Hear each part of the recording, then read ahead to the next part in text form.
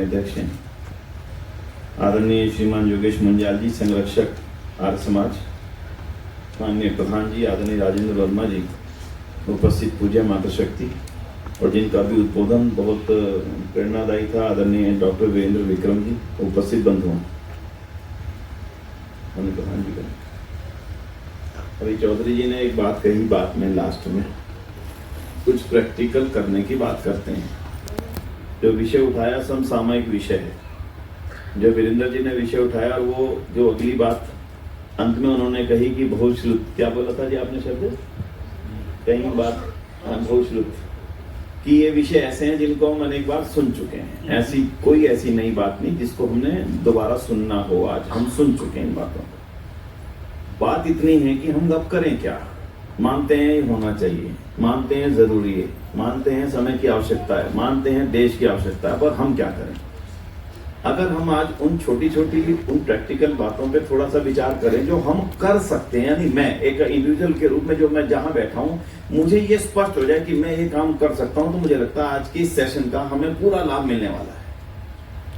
और हमारे पास एक बड़ा इतिहास है ये बताने के लिए कि क्या किया था। एक आधार है हमारे पास में, बहुत सुंदर आधार है, गजब का आधार है। हमें किसी से अब एग्जाम्पल लेना नहीं, हमारे पास मौजूद हैं, पूरे एग्जाम्पल मौजूद हैं। उन्होंने वो किया, हमने आज देखना है आज कौन सी समस्या है, उसके लिए हम काम करते हैं। और मुझे लगता है अगर इस थ्योरी से हम काम करेंगे तो रिजल्ट आएगा। इतना नहीं तो इतना आएगा, इतना नहीं तो इतना आएगा, पर आएगा। अगर आना शुरू होगा तो वो बढ़ेगा, अगर आना शुरू नहीं होगा तो कभी रिजल्ट बढ़ेगा नहीं। इसलिए थोड़ी सी चर्चा उस विषय पर कर लेते हैं जिस विषय को छेड़ा। मैं कहता हूं यही आज के समय के सबसे महत्वपूर्ण विषयों में से एक है, जो अगर मैं 2 या 3 उन विषयों की चर्चा करूं जो इस समय देश को पूरी तरह से खतरनाक मोड़ पर ले जाने के लिए खड़े हैं, उनमें से एक वो है जिसकी चर्चा वीरेंद्र विक्रम जी ने की। एक समय की चर्चा करते हैं। एक समय ऐसा था, हमारे हिंदू समाज की कुरीतियां थी। उन कुरीतियों का लाभ लेने के लिए दूसरे संप्रदाय हाथ लगा करके बैठे थे कि इनकी कुरीति का मैं कैसे लाभ लूं, इनके अंदर तो है, उसका मैं लाभ ले लेता हूं। एक एग्जांपल लेते हैं, आप में से कुछ लोगों ने शायद वो घटना हमारे मंच पर देखी भी हो। हिंदू समाज में जूतों का व्यापार नहीं किया जाता था और यह कहा जाता था जूतों का व्यापार करना गलत है, नहीं कर सकते। उसका लाभ क्या हुआ, उसका नुकसान क्या हुआ हिंदू समाज को, कि जूतों के व्यापार करने के लिए जो जाति हमारे यहाँ पे चमार जाति, मैं शब्द ले रहा हूं लेकिन केवल उस उद्बोधन के लिए, समझ में आने के लिए, जो चर्मकार जाति थी यानी चमड़े का काम करने वाली जाति थी, उसको हमने अपने से दूर कर दिया कि ये वो लोग हैं जो चमड़े का काम करते हैं। और चमड़े के काम करने के काम को हमने धर्म से अलग कर दिया कि ये धार्मिक काम नहीं है तो अलग है, तो गलत है। परिणाम क्या हुआ कि वो जाति हमसे अलग होकर खड़ी हो गई और मुस्लिम व्यापारियों ने उस चीज का लाभ उठा लिया। उन्होंने एक प्रक्रिया शुरू कर दी। मैं आज बिल्कुल प्योर प्रैक्टिकल वे में बात करूंगा, जो कोई नहीं, मैं मेरे पास क्यों थ्योरी नहीं, केवल प्रैक्टिकल है। उन्होंने बात शुरू कर दी कि एक तरीका, भाई ये जो इनके जितने भी चमड़े बनाने वाले हैं ना, इनको मुसलमान बनाओ। कैसे बनाए, अब तरीका सुनिए। मैं मुस्लिम व्यापारी हूं, मैं जूते का काम करता हूं और एक मुस्लिम कारीगर है जो जूते बनाता है। खरीदने वाला हिंदू व्यापारी नहीं है, केवल मुस्लिम व्यापारी खरीदता है। अब उसने एक तरीका बनाया कि अगर मुस्लिम व्यापारी जूता बना के लाएगा उससे खरीदूंगा 2 रुपए 10 पैसे में, हिंदू कारीगर जूता बना के लाएगा उससे खरीदूंगा 1 रुपए 90 पैसे में। अब आप सोचिए, जूता बनाने का खर्चा उतना है, मेहनत उतनी, लेकिन हिंदू व्यापारी हिंदू से खरीद रहा है वो 1 रुपए 90 पैसे में, मुस्लिम से खरीद रहा है वो 2 रुपए 10 पैसे में। अब हिंदू चर्मकार की मजबूरी हो गई कि अगर उसे 2 पैसे फालतू कमाना है तो मुसलमान जो आपका खड़ा है वो व्यापारी, भाई साहब मेरे से आप कम क्यों लेते हो, भाई मैंने कब मना किया, तू भी अब्दुल बन जा, तेरे से भी 2 रुपए 10 पैसे में ले लिया करूंगा।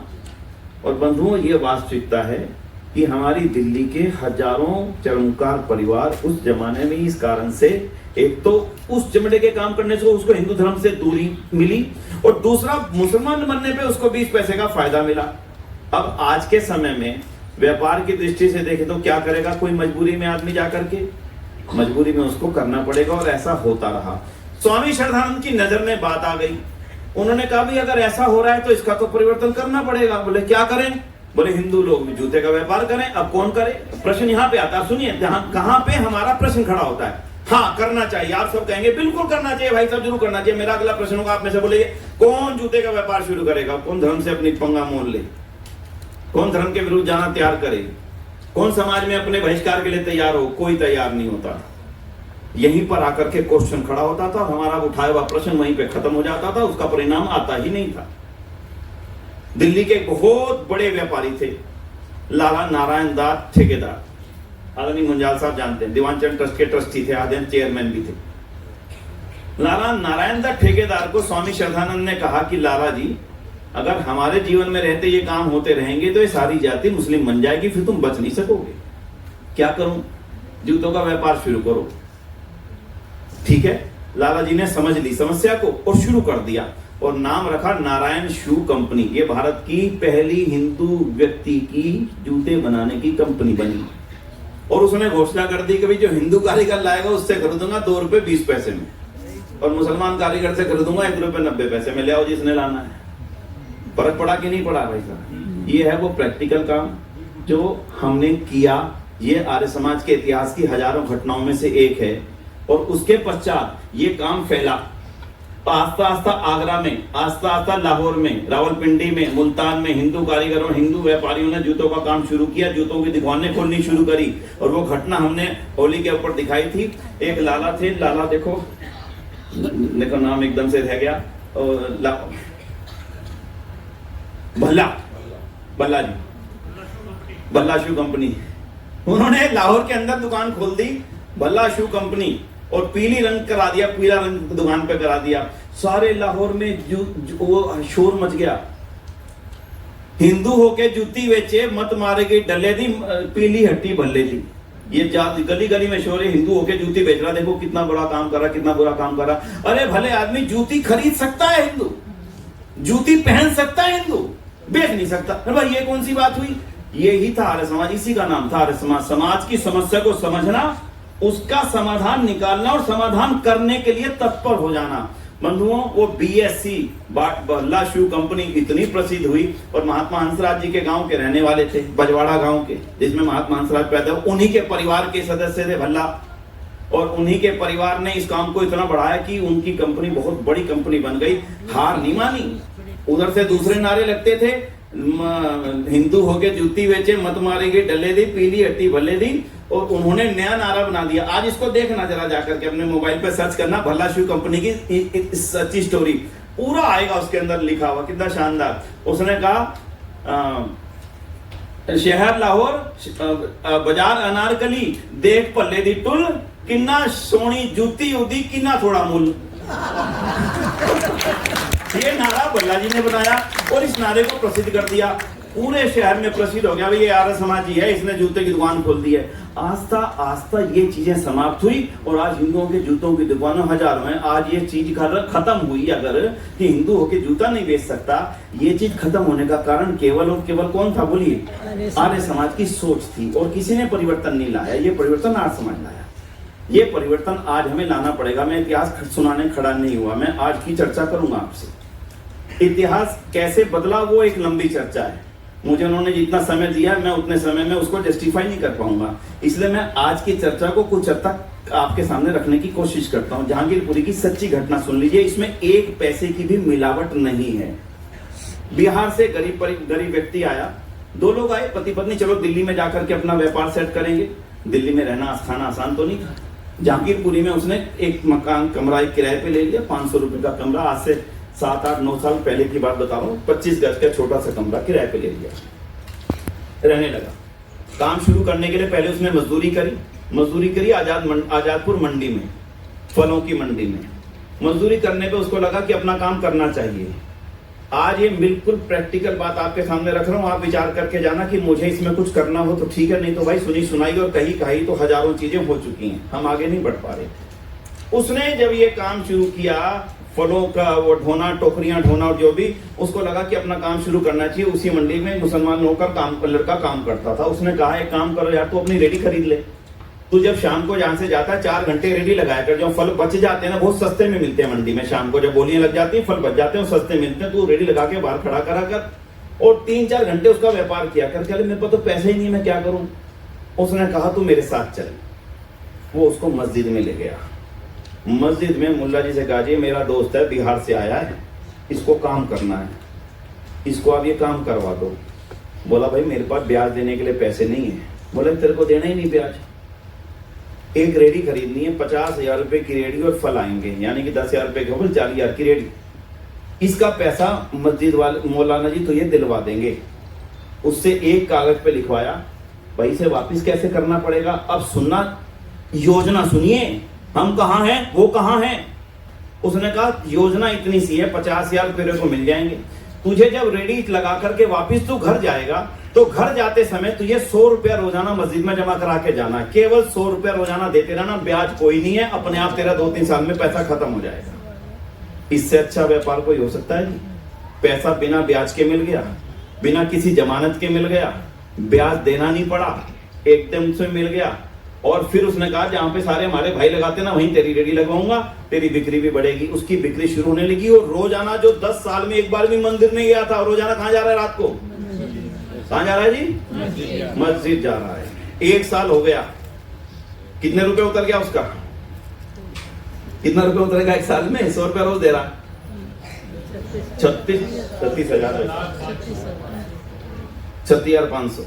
लेकिन 4 महीने बाद ही उसको वो दोस्त ने, और तेरा काम कैसा चल रहा है? बोला बिल्कुल ठीक, बढ़िया, आनंद आ रहा, बिल्कुल ठीक हो रहा भाई काम। कह रहा कितना रुपए उतार दिया? बोला इतने रुपए उतार दिया, मैं रोजाना दे आता हूँ, एक आधे गैप आ जाता है, मैं अगले दिन जाके 200 दे आता हूँ। ठीक है।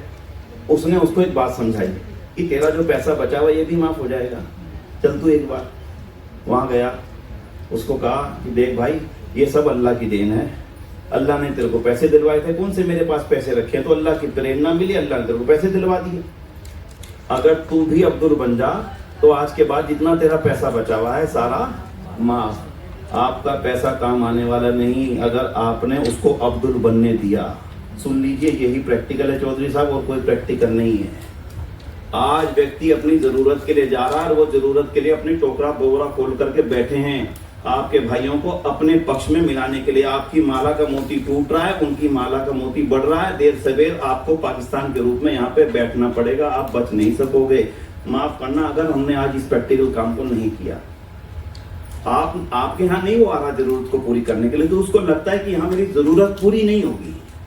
वो वहां जा रहा है जहां उसकी जरूरत पूरी हो रही है। एसी सिखाने वाला, एसी मैकेनिक बनाने वाला लड़का हिंदू है, मस्जिद में एसी की ट्रेनिंग ले रहा है, क्योंकि वो ट्रेनिंग दे रहे हैं, हम भाषण दे रहे हैं, वो ट्रेनिंग दे रहे हैं। कौन जीतेगा बोलो? आने वाले समय में रेस कौन जीतेगा? कछुआ जीतेगा, खरगोश जीतेगा? बोलिए। कछुआ जीतेगा। चुपचाप काम कर रहा है, चल रहा है निरंतर। हम शोर मचा रहे हैं जोर जोर से, हम जीतने वाले नहीं है, ये मैं दुख से बोल रहा हूँ। हमने भी योजना शुरू करी, मैंने आदरणीय राजेंद्र जी से एक निवेदन किया था, आपकी समाज उदाहरण बने। क्या योजना है? छोटी सी योजना है, कोई बड़ी नहीं है, और इतनी छोटी है कि आज आप सब ये पक्का करिए कि नहीं आज हमने करना भाई। आज का दिन ये बेकार नहीं आना चाहिए हमारा। योजना कितनी सी है? छोटी सी है। हमने जय कॉलोनीज में काम शुरू किया। हमने समझ लिया था कि इन कॉलोनीज में हम नहीं जाएंगे, आर्य समाज सर्वाइवल नहीं करेगा। उन कॉलोनीज में लोगों को देखा तो पहली बार पता लगा 10,000 रुपए की कीमत कितनी होती है। हमें नहीं पता। एक बार के डिनर में 10-15 हजार खर्च हो जाते हैं, कार्ड से चले जाते हैं, आपको कीमत नहीं पता। कीमत वहां जाकर के पता लगेगी जब उस बहन को 10,000 रुपए लोन लेना पड़ता है और उस लोन पे 5 रुपए ब्याज चुकाना पड़ता है, तब पता लगता है 10,000 रुपए की कीमत कितनी है। 500 रुपए के 20 नोट होते हैं, तब जाके 10,000 बनते हैं। उसके लिए उसकी कीमत। हमने एक योजना बनाई, हम 50,000 का लोन नहीं दे सकते, नहीं एग्री, हम 10,000 का लोन देंगे। उस बहन को देंगे जो विडो है, जरूरतमंद है, और उससे ये कहेंगे कि तुम हमें हर महीने कुछ ना कुछ पैसे लौटाओ। तो हमने 500 रुपए महीने वापसी की स्थिति रख दी कि आपने 500 रुपए महीना वापस देना है। और 500 रुपए जब महीने अगर आप रेगुलर वापसी दे देंगे तो आपकी लिमिट 20,000 की बन जाएगी, यानी कि लिए आप 20,000 रुपए लोन ले सकती हो। उस बहन ने 10,000 रुपए का लोन लिया, अपने ही घर के बाहर छोटी सी बिस्कुट, और ये मैं उसको बुरा मत मानना भाई, मैं पान पराग और गुटकों की दुकान खोल ली। आप उसको सही कहो गलत कहो, उसको तो 2 पैसे चाहिए थे, वो क्या करे? उसने वो दुकान खोल ली और उसकी वो दुकान चल पड़ी। वो 500 रुपए महीना वापस दे रही है, उसने 20,000 रुपए भी ले लिया। उसका तीसरा नंबर हमने 40,000 का रखा था। अगर तू 20,000 भी ढंग से टाइम पे वापस लौटा देगी तो एक व्यक्ति आए, विनय जी आप इनको लोन तो दे रहे हो, पर ये उस पैसे से ना आगे 5 रुपए ब्याज पे चढ़ा देती है पैसा। मैंने कहा मेरा तो सफल हो रहा है ना पैसा भाई, मैं चाहता था मेरे पैसे से इसकी कमाई होने लग जाए, वो हो रही है। ये उस पैसे से क्या करे अब मत सोचो ज्यादा, लेकिन वो बहन कभी मस्जिद नहीं जाएगी, वो बहन कभी चर्च नहीं जाएगी। और जिस दिन वो बहन अपने परिवार के साथ में लोगों को लेकर के आर्य समाज में आने लगी, यहाँ इतनी बड़ी भीड़ लगेगी, आपको हॉल बड़े करने पड़ेंगे। यही आर्य समाज की जीत होगी और हिंदू समाज को बचाने का दूसरा कोई तरीका नहीं है। आपके अपने बच्चे 5-5 होने वाले नहीं, माफ करना, 1-2 हो जाए तो उसके लिए धन्यवाद देना, भाई बहुत धन्यवाद। जो है उनको अपना बना लो, जो है उनको दूसरे के पाले में मत जाने दो। आज यही आर्य समाज की जिम्मेदारी है, यही आज की सबसे बड़ी जरूरत है। आज हिंदू समाज के पास धन बचा है, इसका सदुपयोग करने के तरीके ढूंढिए, और तरीके आर्य समाज के सिस्टम से ढूंढिए, बाहर से ना ढूंढिए, अंदर करेंगे। यहाँ बुलाएंगे उन बहनों को, यहीं पर लोन के चेक दीजिए, उनको अगले दिन यज्ञशाला में बैठाइए, उनके जन्मदिन पे उनको परिवार को बुला के यहाँ बैठाइए, उनको आगे बैठाइए, हम पीछे बैठे और पीछे बैठ करके उनके ऊपर फूलों की वर्षा कर दीजिए एक बार। उनको लगेगा यही वो जगह है जहां मुझे सम्मान मिलता है, जहां मुझे प्यार मिलता है। जीवन भर वो कभी किसी के पाले में जाने वाले नहीं। ये तो है प्रैक्टिकल काम। बाकी हम चर्चा यहाँ 3 घंटे करते रहे, निकलेगा कुछ भी नहीं। ये हम कर रहे हैं, ये चल रहा है। अंतरराष्ट्रीय आर्य महासम्मेलन में जब आप आएंगे, आपको हैरानी होगी देख करके, उन्हीं बहनों को जिनको हमने लोन देना शुरू किया था, आज वो यज्ञ करवाने वाली बन गई हैं। यज्ञ करवाने वाली समझ रहे हैं ना, जो हवन कुंड उठा करके और यज्ञों में हवन करवाने जाती है। और जब उसको सम्मान मिलता है और जब उसको दक्षिणा में 100 रुपए 200 रुपए मिलते हैं, तब उसको लगता है इससे तो अच्छा काम ही कुछ नहीं है। यह वो प्रैक्टिकल कम से कम 200 से ज्यादा महिलाएं इस समय यज्ञ प्रचारिकाएं बन चुकी हैं, जिनके ऊपर आर्य समाज का कोई बहुत बड़ा इन्वेस्टमेंट नहीं हुआ। जो 10,000 आपने दिए थे वो लौटा करके वापसी सिस्टम में, हाँ जी सिस्टम में, हाँ सिस्टम में वापिस आ रहे हैं, सर्कुलेशन है। अगर आपकी आर्य समाज इस प्रोजेक्ट को शुरू करे और ये कहे कि हर महीने हमें 50 महिलाओं को देना है, धन की कमी नहीं रहने वाली, ग्रेटर क्लास में कोई कमी नहीं, आसपास देने वालों की इच्छा है, बशर्ते प्रैक्टिकल काम हो रहा हो, दिख रहा हो, कोई कमी नहीं रहेगी। मेरा आपसे निवेदन है, आज आप पक्का संकल्प लीजिए कि हाँ इस आज के सेशन से हमने कुछ प्रैक्टिकल स्टेप करनी है।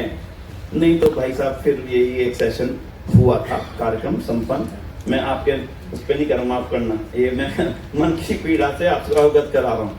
बंधुओं, जो किया, जो प्रैक्टिकल किया, जो रिजल्ट आया, मैंने वो आपके सामने रख दिया। मैं आज तब कह पा रहा हूँ जब मैं पिछले 6 साल से इस काम को सभा के माध्यम से कर पा रहा हूँ, नहीं तो नहीं कह पाता।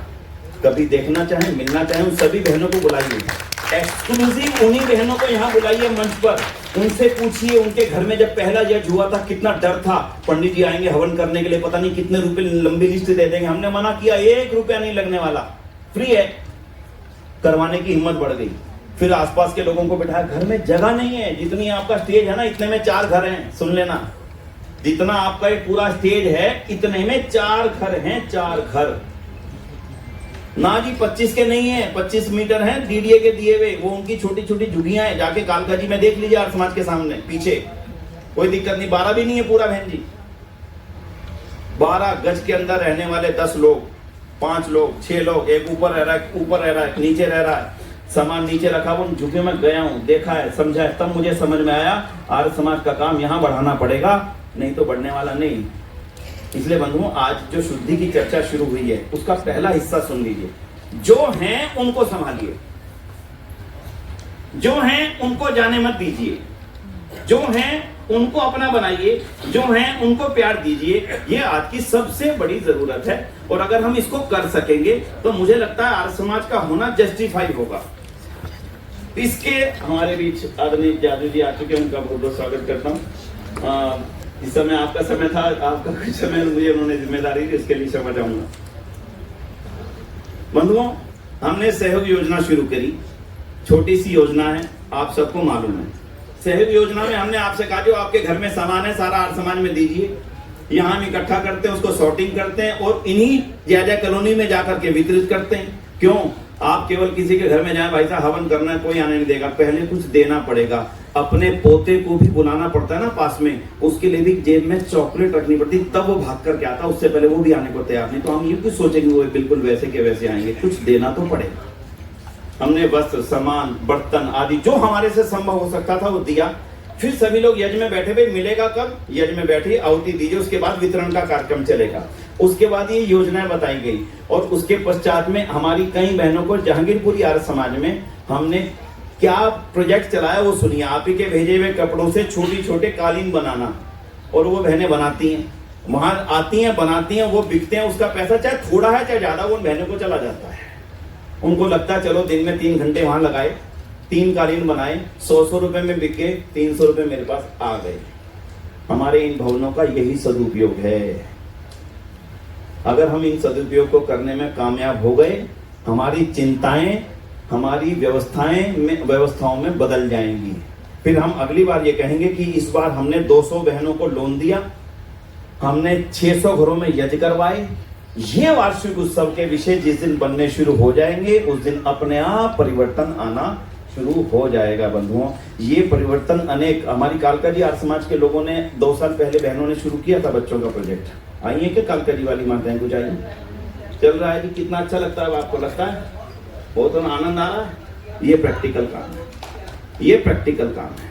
आज कम से कम 100 परिवार, देखिए 100 से ज्यादा परिवार आर्य समाज कालका जी से जुड़े हुए हैं, उनके बच्चे जुड़े हुए हैं। बस आप ये समझ लेना, यही 100 परिवार मेरे हैं, यही बच्चे मेरे हैं, भाई ये बच्चे मेरे हैं। बस उन्हीं बच्चों के लिए जो कुछ कर सको, उनकी पढ़ाई के लिए कर सको, उनकी शादी के लिए कर सको, उनके जो कुछ सपोर्ट उनको कर सको कर लेना। यही आपका मंदिर है, यही आपका पूजा है, यही आपकी लक्ष्मी है, यही आपकी देवियां, यही 9 देवियां हैं आपकी जो आपके पास आ रही है, यही 9 देवियां। इन्हीं 9 देवियां की सेवा कर लो, यही असली सेवा है।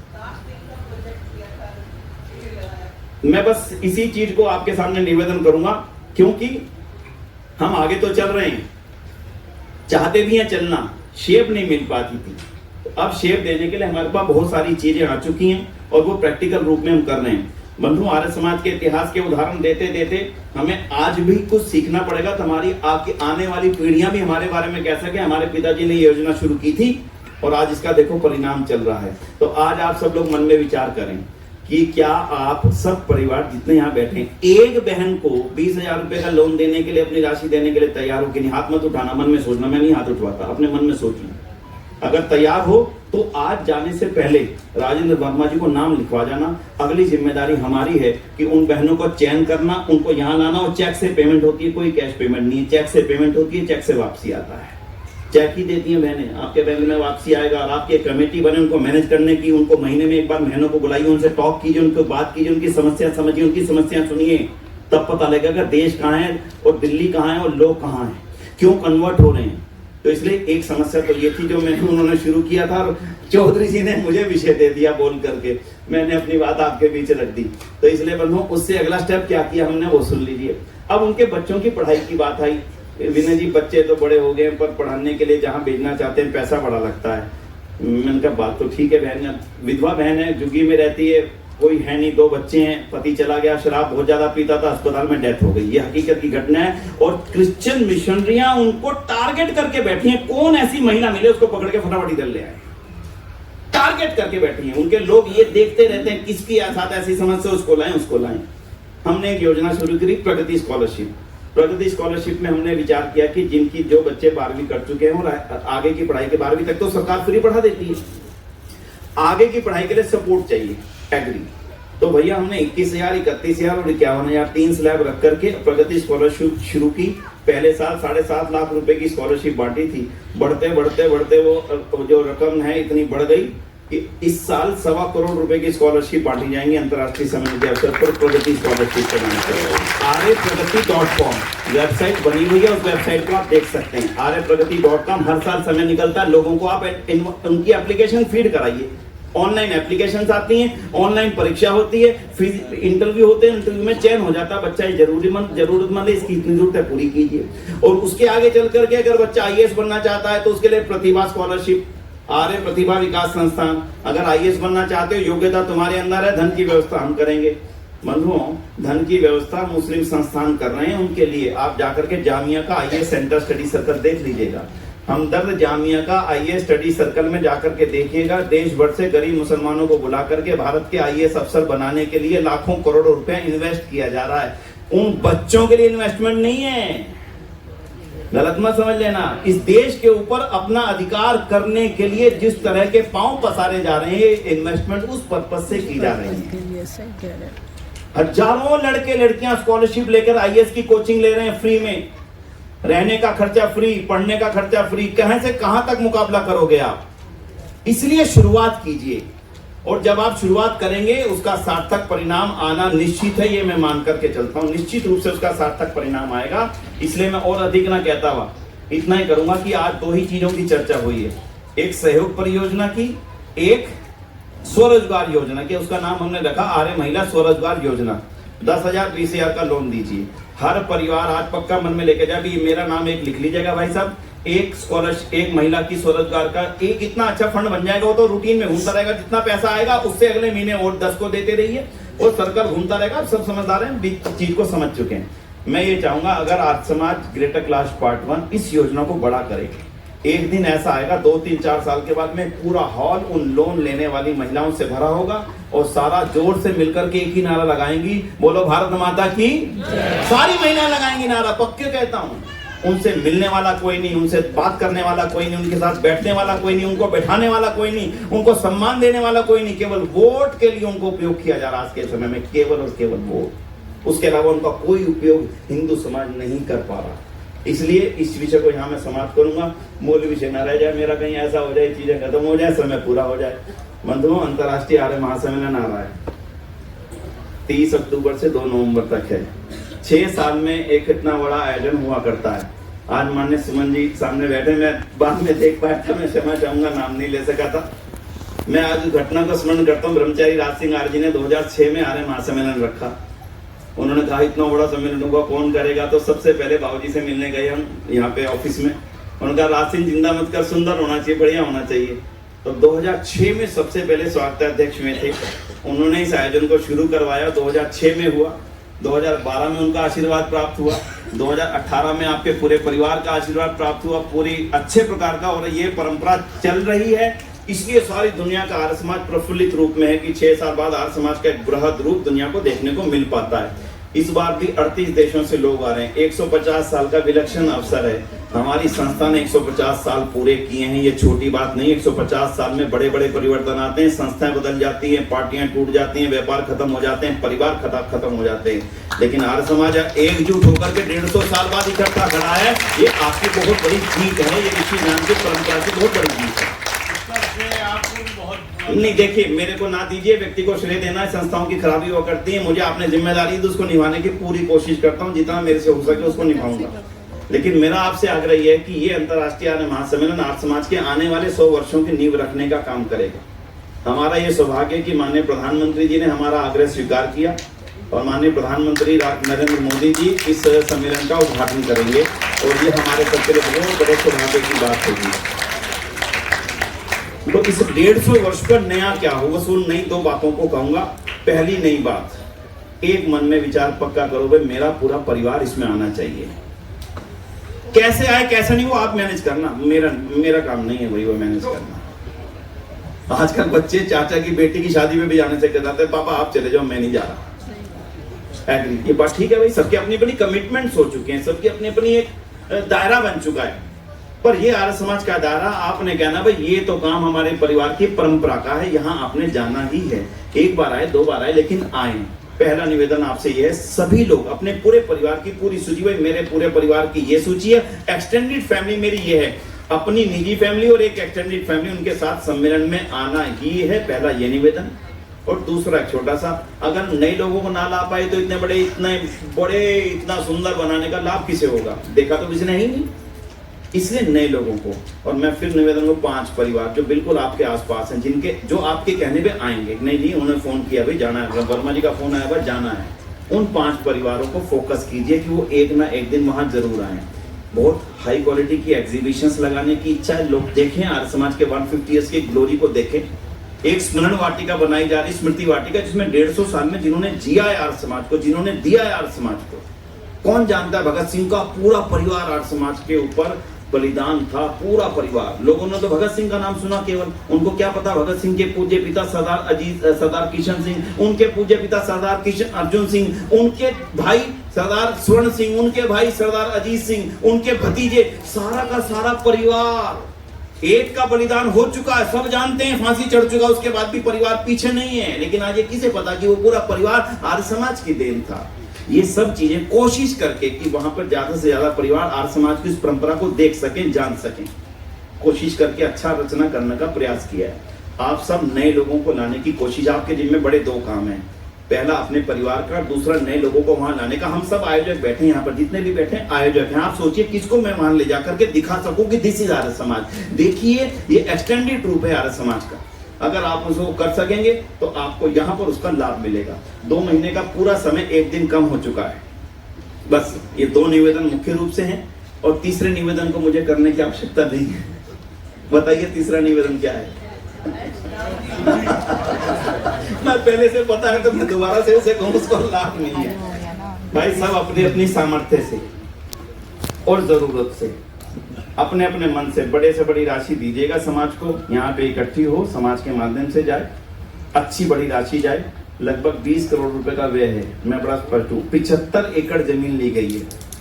75 एकड़ जमीन में टेंट की नगरी बसाना, टॉयलेट्स की रहने की व्यवस्थाएं करना, गद्दे जद्दर सारी धर्मशालाएं बुक करना, होटल्स बुक करना, विदेश से इतने आने वाले लोगों की व्यवस्थाएं करना, और ये सब सेटअप करने में आज के समय पैसे की कीमतें खत्म हो चुकी हैं। छोटी सी चीज खरीदने जाओ तो लाखों में आती, इसलिए बड़ी व्यवस्थाओं में आपका बड़ा सहयोग अपेक्षित है। मुझे पूरा विश्वास है कि मैं उसकी घोषणा यहाँ करूंगा, कोई उपयोगिता नहीं। जब हम इसको अपना काम समझेंगे तो अपनी इच्छा से देंगे। हर व्यक्ति अपना राशि अभी से मन में विचार करे, जितना सोच रहे होंगे उससे 10% 20% बढ़ा करके देना जब देने आओगे।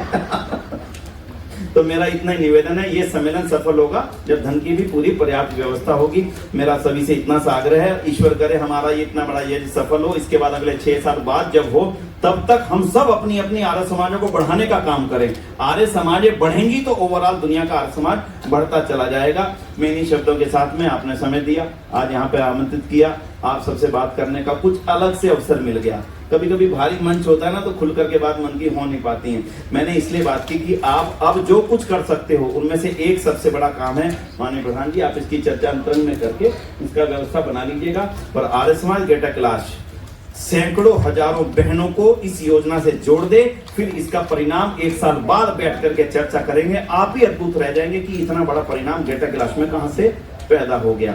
राजनीति की भी जरूरत है बंधु, हमारे राजनेता यहाँ पर बैठे हैं, वो आज इस बात को महसूस करते हैं। हमारी सरकारें सत्ता में तब रहेंगी जब हमारे लोगों के वोट होंगे, उसके बिना सरकारें सत्ता में रहने वाली नहीं। आज हम प्रसन्न है, माननीय मोदी जी आज हमारे प्रधानमंत्री हैं। आज हमें प्रसन्नता है कि एक अच्छी विचारधारा वाली पूरी टीम देश को नेतृत्व दे रही है। लेकिन कब तक? जब तक आपके वोट होंगे। और वोट ट्रांसफॉर्म किए जा रहे हैं लगातार, हर रोज 10-20 लोग ट्रांसफर हो जाते हैं, कोई ईसाई धर्म में, कोई मुस्लिम धर्म में, कोई ईसाई धर्म में, कोई मुस्लिम धर्म में। इसलिए उनको बचा करके रखिए ताकि अपने विचारधारा की सरकारें इस देश में अधिकार बनाए रख सके। नहीं तो ना सरकारें होंगी ना देश होगा। बस इन्हीं संकेतों को समझिएगा। इन्हीं शब्दों के साथ में आप सभी का बहुत बहुत आभार। जिन जिन मुद्दों को सम्मेलन में उठाया जाएगा उन मुद्दों को तो सम्मेलन में आके सुनिएगा। एक संतान का होना, संतान का ना होना, शादी के लिए अरुचि होना, बच्चों की शादी के लिए नहीं करने, विवाह नहीं करना, एक बहुत खतरनाक